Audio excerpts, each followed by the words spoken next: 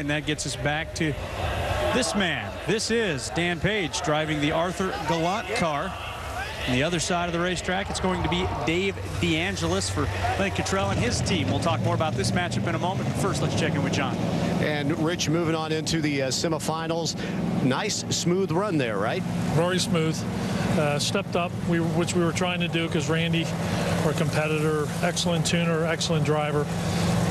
We kind of had a bracket car this weekend, 3 551s, and we were definitely hoping to break out. So we ran a 545 and got into the next round. And we'll see how they do in a little bit. And we'll see how the Lucas Oil Drag Racing Series does next on ESPN2 when they head to Houston, Texas.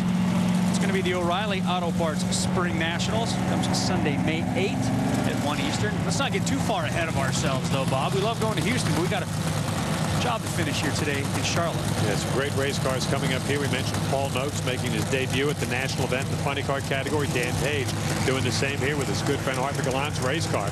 Team that has won the national championship before, came out and qualified pretty well. They're going to have a very tough test here because even though Dave Deangelis may not be able to run the numbers that the A Fuel car can, it's a very consistent race car with a fun-loving London Cottrell.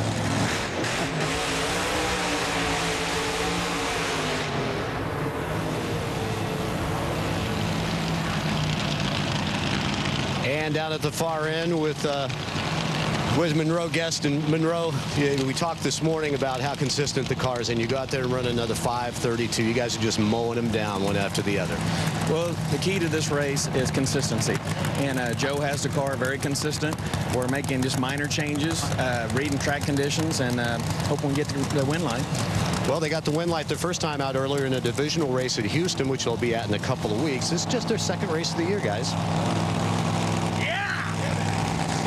Slow reaction there. There is the world famous chicken. Yep, that's rather fun loving. It's called a fake rubber chicken. Like I said, it's not a fake rubber chicken. It's a real rubber chicken. Yeah, absolutely. What makes it fake? He gets his poor little brains beat out when this car takes off, but they just enjoy racing. Let's face it, if you do not enjoy yourself out here, then bowling's a nice sport or sailing. But it's a fake chicken.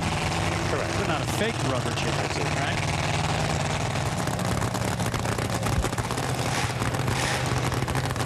So the A Fuel car getting set to make the run, and in qualifying, they ran 542, stepped up and ran a 35 in the opening round. Dave Deangelis' team, they were the beneficiaries of a very bad run for Bill Riker. The Bridgestone car doesn't make many of them. I don't believe you can get away with another bad run right here.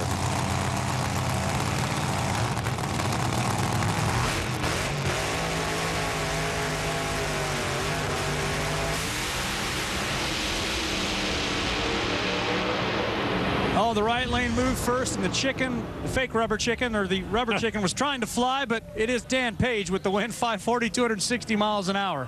Oh, you're going to get letters from the fake rubber chicken fan club. I hate that. That's a very nice, solid run there. Not spectacular, but they got down the racetrack. They did a nice effort. Dave Deangelis, again, who prides himself on being very quick out of the starting gate. I'm surprised that thing didn't take off. It was like a propeller going down the racetrack, for goodness sakes. Oh, help, save me, save me. I can't stop laughing over that. It really does look like Frank Perdue on it.